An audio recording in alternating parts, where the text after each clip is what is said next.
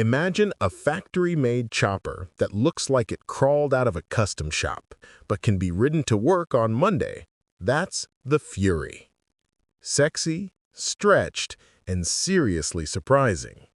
You open on the Fury, long wheelbase, slammed stance, and that unmistakable raked front end. At first glance, it's pure emotion, a styling statement that dares other cruisers to compete. But the real tension here, and the story that keeps people watching, is this. Can a motorcycle that intentionally copies hand-built chopper drama also deliver the reliability and everyday usability most riders actually need? That clash of raw style versus practical engineering is the Fury's whole personality. Talk like you're beside the bike. Describe the feel. The low 26.7-inch seat that makes you feel planted. The stretched 71-inch wheelbase that begs for slow, cinematic cruising. And the way the steel backbone frame mimics a hardtail without sacrificing modern safety. Then drop the engine line like a reveal. 1,312cc liquid-cooled V-twin. Not just for show, it's torque-heavy and ready to pull. The surprise is that this big, dramatic package is powered by Honda's sensible engineering. PGM-FI for reliable starts, a shaft drive for low fuss, and ABS for confidence when you do actually need to stop hard. Lean into contrasts. Give the viewer concrete sensory moments. The lazy, thumpy mid-range that arrives the moment you twist the throttle. The confidence you feel when the Fury holds a line despite its chopper geometry, and the odd comfort of a bike that makes you look like you paid a custom builder 5 figures while being backed by Honda's service network. Make it personal. I rode it through city traffic and then out to an open road. In both places, it surprised me.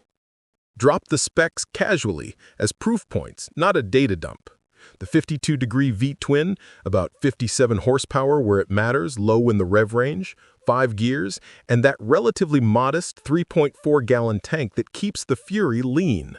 Call out the curb weight. It's heavy, yes, and then explain the real-world effect. It settles into long, confident cruising, but will never be confused for a flickable sport bike. That's the trade-off, and trade-offs are drama. Bring up the competitor thought. Boutique choppers are beautiful but fragile. Custom shops make bikes that are temperamental to own. The Fury sits in the middle. It's a factory chopper that gives you chopper vibes without the nightly wrenching.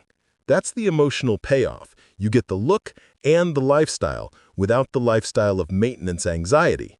But don't shy from limitations. Fuel range, parking and U-turn choreography, and how the heavy stretched geometry asks you to ride differently. Slower, more deliberate, more showmanship than corner carving. Use a short riding scene to escalate tension toward a verdict. A slow roll through town, heads turn, people point.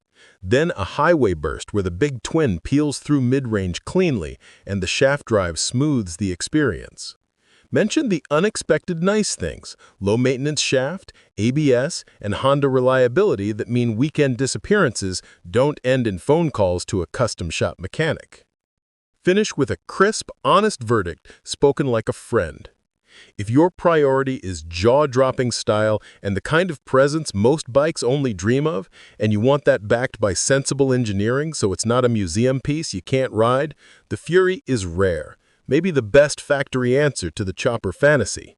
But if you live for carving twisties, bagging best lap times, or squeezing every mile from a single tank, this isn't your playground. Close with a single call to action that feels natural and not salesy.